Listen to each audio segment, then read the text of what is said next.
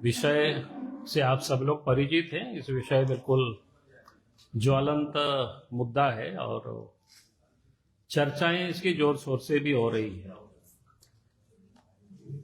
तो मुझे लगा कि आप सब लोगों के साथ एक बार हम इस पर बात करें ताकि राज्य की जनता को भी क्लियरिटी होनी चाहिए, क्योंकि सरकार ने उसको क्लियर नहीं किया, बल्कि सरकार ने इसको कह सकते हैं उसको उन्होंने एक प्रकार से कंफ्यूजन कह सकते हैं या उसको जानबूझ करके डाइल्यूट करने की उन्होंने कोशिश की है। तो वो है मामला कि पंचायत उपबंध अधिनियम 1996, जिसको शॉर्टकट में लोग पेशा बोलते हैं। और ये कानून 1996 में बना था। उस समय मतलब देश में कांग्रेस की गवर्नमेंट थी और इस कानून को बनाने के पीछे का जो मकसद रहा और कारण रहा, तो ये हमें इस बात को समझनी चाहिए गंभीरता से, क्योंकि इस देश के अंदर में 700 से अधिक अनुसूचित जनजाति वर्ग के लोग रहते हैं और झारखंड में भी अब शायद 35 हो गया है संख्या, क्योंकि कई जातियों को फिर ट्राइबल की सूची में शामिल किया गया है। तो ये जो इतनी बड़ी 700 से अधिक जातियां देश में है, तो एक आर्थिक रूप से, सामाजिक रूप से, सांस्कृतिक रूप से या रूढ़िवादी धार्मिक परंपरा के रूप से वो धीरे धीरे कमजोर हो रहे थे। तो सरकार को यह महसूस हुआ, केंद्र को, कि भाई हमें इनको मजबूत करना है और इनको मजबूत करने के लिए ये जो हमने कहा कि पंचायत उपबंध अधिनियम 1996 लाया गया।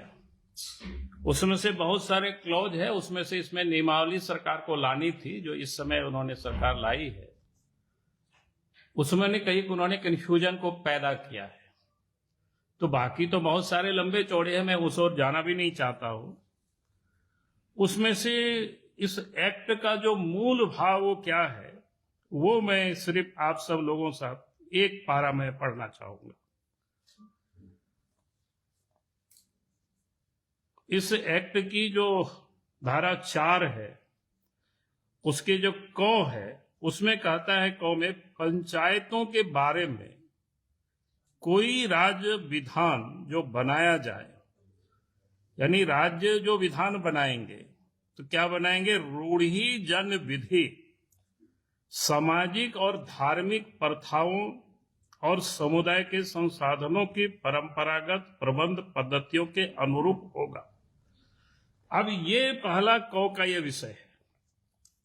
अब ये हमें इस बात को समझनी चाहिए कि रूढ़ि जन विधि, सामाजिक और धार्मिक प्रथाओं बिल्कुल स्पष्ट किया हुआ है।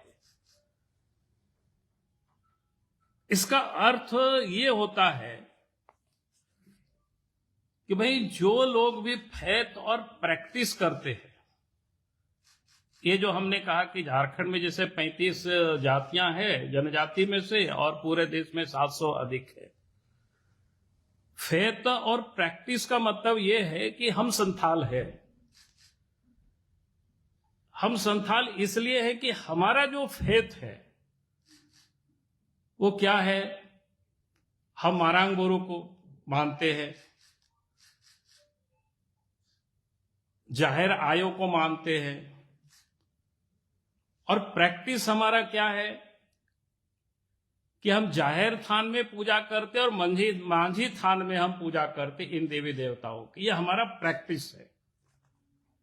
इस एक्ट में उसी बात को कहा कि जो अपनी क्या कहते हैं, रूढ़ि जन विधि और सामाजिक और धार्मिक प्रथाओं को जो मानता है, यानी उनको संरक्षित करने के लिए कानून बनाया गया।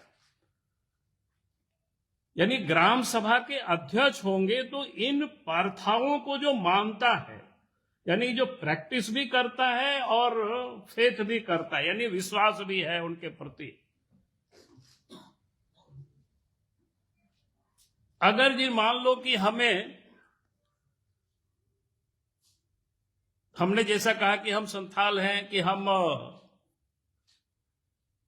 मारांग बोरो के प्रति हमारा फेथ समाप्त हो गया, हमने छोड़ दिया, जाहिर आयोग को हमने छोड़ दिया, मांझी थान और जाहिर थान में जो पूजा प्रैक्टिस करते थे उसको हमने छोड़ दिया। तो जो इस प्रकार की जो उन्होंने प्रैक्टिस को छोड़ दिया, उस रूढ़िजन जो परंपराएं हैं, तो फिर वो ग्राम सभा के अध्यक्ष नहीं बन सकते हैं। इसका बिल्कुल स्पष्ट है। इसीलिए इन्होंने इसको उल्लेख किया था उस एक्ट में, रूढ़िजन विधि सामाजिक और धार्मिक प्रथाओं, यानी साफ किया। लेकिन इन्होंने जिस प्रकार से ये जो एक्ट उन्होंने बनाया, उस एक्ट में उसको ही उन्होंने समाप्त कर, ये जो नियमावली बनाया उसमें इन्होंने इसी को समाप्त किया है हेमंत सोरेन की सरकार ने। उसमें आप सब लोगों के समझ आया भी होगा विषय। उन्होंने कहा कि ग्राम सभा के अध्यक्ष से अभिप्रेत है अनुसूचित क्षेत्र के पारंपरिक ग्राम सभा क्षेत्र में परंपरा से प्रचलित रीति रिवाज। रीति रिवाज क्या होता है भाई? रीति रिवाज तो जैसा होता है ना, बोलचाल में कोई होता है, या फिर नाच गान वगैरह वगैरह, जो रीति रिवाज इस यहां तक ही सीमित होता है। जिस फेथ और प्रैक्टिस की जो मैं बात कर रहा हूं, जो धार्मिक अनुष्ठान, एक रूढ़िवादी विधि और सामाजिक धार्मिक स्पष्ट उल्लेख किया हुआ है। हम ये नहीं कह रहे, इस एक्ट में 1996 के एक्ट में, लेकिन हेमंत सोरेन की सरकार ने इसी को समाप्त किया है। और इसलिए समाज को ये आपत्ति है, और मैं आज भी कहूंगा कि राज्य के मुख्यमंत्री से और सरकार से जिस प्रकार से इस एक्ट के क में जो उल्लेख किया हुआ है उसको हूबहू उनको उल्लेख करना चाहिए, वहां उसका कोई इधर उधर छेड़छाड़ नहीं करना चाहिए। हम अगर इस फेथ को, हम संथाल है अनुसूचित जनजाति में, जैसे झारखंड में 35 है तो एक जाति संथाल है, हम अगर संथाल है तो हमारी जो प्रैक्टिस में मांझी थान में पूजा करना है, प्रैक्टिस में जाहिर थान में पूजा करना। अगर जिस दिन मांझी थान और जाहिर थान में पूजा नहीं करे तो प्रैक्टिस ये हमारा छूट गया, यानी जाहिर आयो क्या आयो और मारंग गुरु को हम नहीं पूछते, तो हम उस परंपरा के, उस अनुसूचित जनजाति के, यानी हम उस फेथ और प्रैक्टिस को हमने छोड़ दिया, तो फिर हम उस ग्राम सभा के इस एक्ट के मुताबिक हम उसके अधिकारी नहीं होंगे। लेकिन इन्होंने जिस प्रकार से इस नियमावली को बनाया, इस नियमावली के मुताबिक उस गांव में भले उन्होंने प्रैक्टिस छोड़ दिया हो या फेथ उनको समाप्त हो गया हो, तब भी वो अध्यक्ष बनेंगे। उन्होंने ये जो नियमावली बनाया है, ये बेसिक जो फंडामेंटल विरोध है हमारी यार, हमारी पार्टी की, क्योंकि जिन लोगों के लिए कानून बनाया है, जो वास्तव में जो जनजाति है, उस जनजाति की फेथ और प्रैक्टिस को जो करता है, इस ग्राम सभा के अध्यक्ष वही होंगे। और इसलिए हमने सरकार से मांग कर रहे, बाकी तो बहुत सारे चीजें हैं, लेकिन बहुत सारी चीजें तो क्षम्य भी हो सकता है, चलेगा भी, हम लोग उसको देखेंगे आगे, उसको हम आज बिल्कुल मैं जाना नहीं चाहता हूं। लेकिन जिनको उन ट्राइबल, जैसे हमने कहा कि 35 यहां जातियां, तो सब जातियों की अलग अलग फेथ है, अलग अलग प्रकार की प्रैक्टिस है। अगर उन फेथ और उन प्रैक्टिस को अगर उन्होंने छोड़ दिया है, तो फिर वो इस ग्राम सभा के वो अध्यक्ष नहीं हो सकते।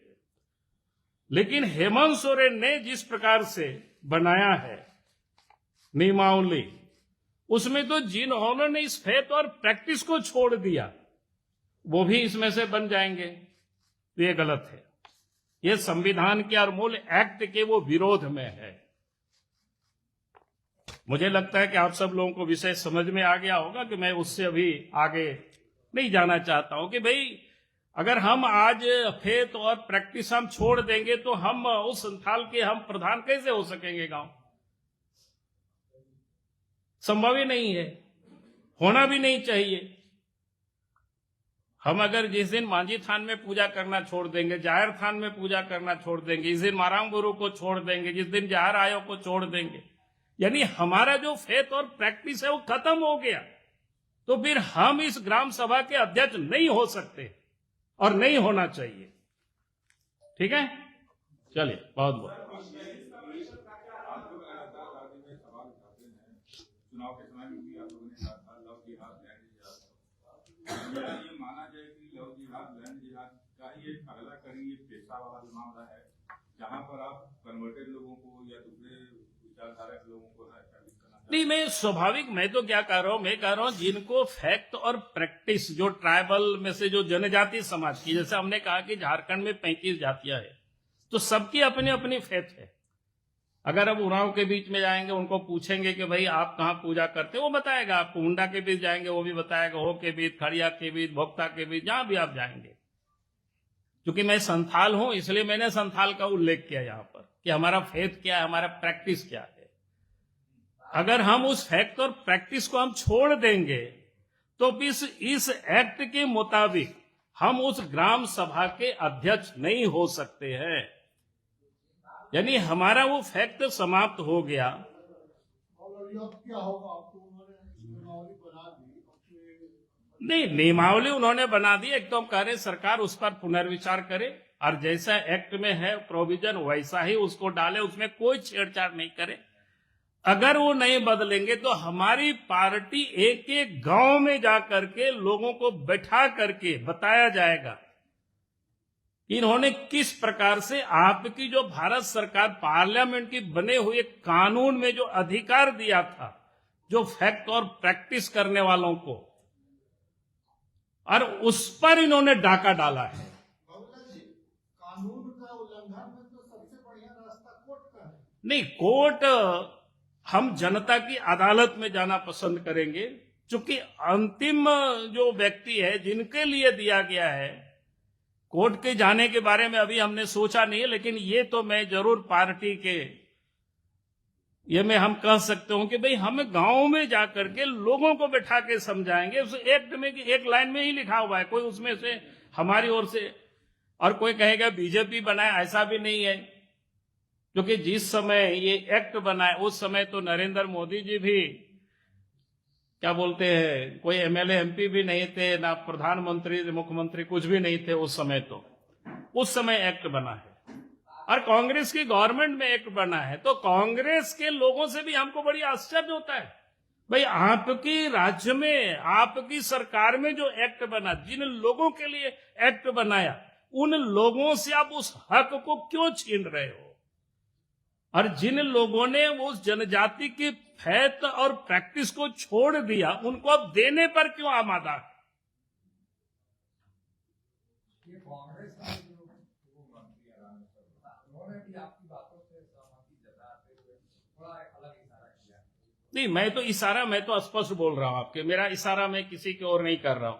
मैं तो कह रहा हूं एक्ट में जो लिखा हुआ है, एक्ट में यही लिखा हुआ जनजाति समाज की जो फैथ है उसमें से और प्रैक्टिस है, जिन्होंने उस फैथ और प्रैक्टिस को छोड़ दिया। फैथ मतलब विश्वास, हमको जिस पर विश्वास है, देवी देवता। प्रैक्टिस मतलब हम उसकी जो उपासना करते, पूजा करते, कहां पर हमारी है। बाकी तो ठीक है, आदमी कहीं भी जाता है, लेकिन एक जाति के नाते हमारा जो फेथ है, एक जाति के नाते हमारा जो प्रैक्टिस है, तभी हम संथाल कहलाएंगे। और वो फेथ और वो प्रैक्टिस को अगर हमने छोड़ दिया तो फिर हम संथाल नहीं होंगे। फिर हम उस जनजाति क्या कहते हैं उसमें से जो ग्राम सभा में अध्यक्ष होना है, तो फिर कैसे वो होंगे अध्यक्ष? तो जान करके जिनके लिए ये कानून बनाया है, उस कानून को समाप्त करके और उन्होंने नया से परिभाषित कर दिया ताकि उनका हक और लोग आप ले जाएं, तो ये नहीं चलेगा। मेरा 2-3 सवाल है। हाँ बोलिए। जैसे टाना भगत भी कई प्रैक्टिसेस हाँ। बीजेपी उनको मूल मानती है, रूढ़िवादी मानती है या नहीं? वीरसाइयत के लोग नहीं, मैंने क्या कहा, कोई ताना भगत अपना मूल प्रैक्टिस को नहीं छोड़ा है। हमने फिर कह रहा हूं, खाना और कपड़ा वो प्रैक्टिस नहीं होता है, वो रीति रिवाज में चलेगा। प्रैक्टिस जो कह रहे हैं ना कि हम उराव हैं, तो हमारा जो प्रैक्टिस है, हमारा जो फेथ है, वो बिल्कुल क्लियर है। रॉयल इंडिया में आपका स्वागत है। भारत के सबसे विश्वसनीय सोलर मोटर पंप और MPPT कंट्रोलर निर्माता। रॉयल इंडिया का high performance movable trolley solar water pumping system प्रस्तुत है। बेहतर दक्षता के लिए डिजाइन किया गया और आसानी से ले जाने योग्य। सरकारी परियोजनाओं के लिए अनुमोदित देश भर के कॉन्ट्रैक्टर्स और एजेंसियों की पहली पसंद। MNRE द्वारा अनुमोदित, उल प्रमाणित, उद्योग मानकों के अनुरूप स्वदेशी उत्पाद। सार्थक ऊर्जा समाधान के लिए हमारे साथ साझेदारी करें। आज ही संपर्क करें।